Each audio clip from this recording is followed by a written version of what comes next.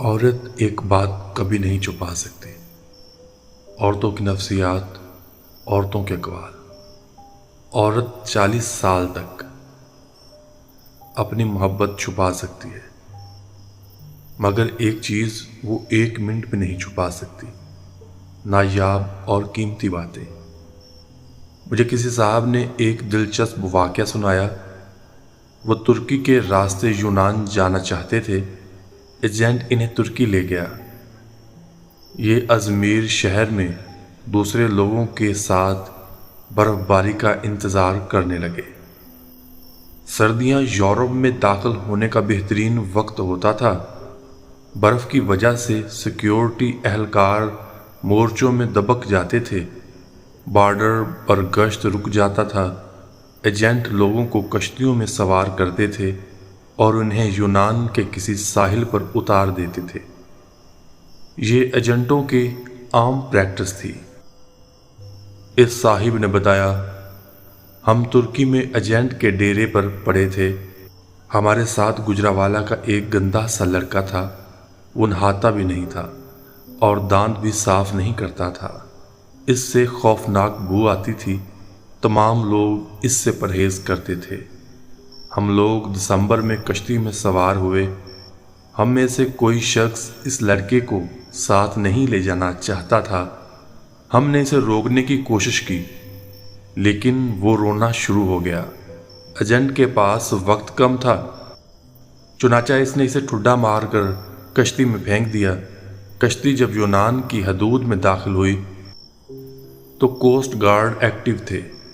یونان کو شاید ہماری کشتی کی مخبری ہو گئی تھی۔ ایجنٹ نے مختلف راستوں سے یونان میں داخل ہونے کی کوشش کی، مگر ہر راستے پر کوسٹ گارڈ تھے۔ اس دوران اس لڑکے کی طبیعت خراب ہو گئی۔ وہ الٹیاں کرنے لگا۔ ہم نے ایجنٹ سے احتجاج شروع کر دیا۔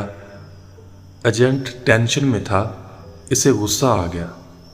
اس نے 2 لڑکوں کی مدد لی اور اس گندے لڑکے کو اٹھا کر یخ ٹھنڈے پانی میں پھینک دیا۔ وہ بیچارہ ڈبکیاں کھانے لگا۔ ہم آگے نکل گئے۔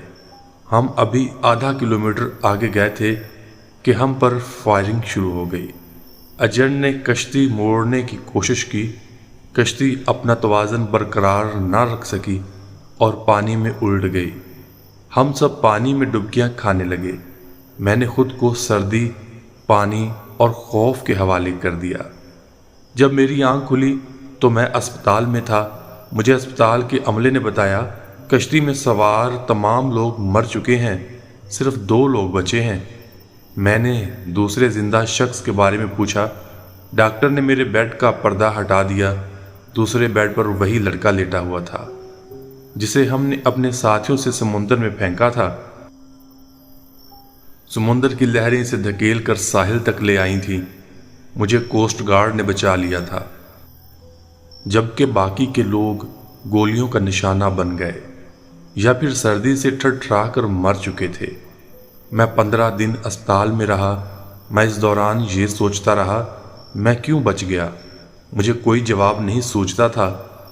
میں جب اسپتال سے ڈسچارج ہوا، مجھے اس وقت یاد آیا میں نے اس لڑکے کو لائف جیکٹ پہنائی تھی۔ ایجنٹ جب اسے پانی میں پھینکنے کے لیے آ رہا تھا تو میں نے فوراً باکس سے جیکٹ نکال کر اسے پہنا دی تھی۔ یہ وہ نیکی تھی جس نے مجھے بچا لیا۔ مجھے جو ہی یہ نیکی یاد آئی، مجھے 6 ماہ کا وہ سارا زمانہ یاد آ گیا جو ہم نے اس لڑکے کے ساتھ گزارا تھا۔ ہم نہ صرف ترکی میں اس کی وجہ سے بچتے رہے، بلکہ وہ لڑکا جب تک ہماری کشتی میں موجود رہا، ہم سب لوگ کوسٹ گارڈ سے بھی محفوظ رہے، یخ پانی سے بھی اور موت سے بھی۔ ہم نے جو ہی اسے کشتی سے دھکا دیا، موت نے ہم پر اٹیک کر دیا۔ میں نے پولیس سے درخواست کی، میں اپنے ساتھی سے ملنا چاہتا ہوں۔ پولیس اہلکاروں نے بتایا، وہ پولیس وین میں تمہارا انتظار کر رہا ہے۔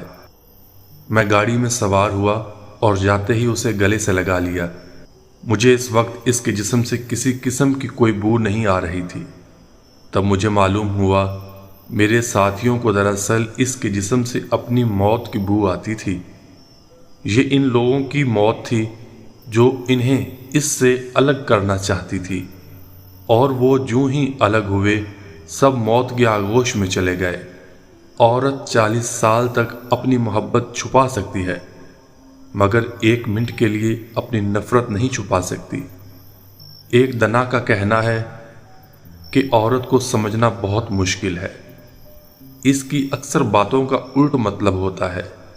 جب عورت کہے کہ میں ٹھیک ہوں تو سمجھو وہ ٹھیک نہیں ہے، کیونکہ عورت چاہتی ہے کہ جب میں کہوں کہ سب ٹھیک ہے تو کوئی ہو جو میری آنکھوں میں جھانکے اور کہے کہ سب ٹھیک نہیں ہے۔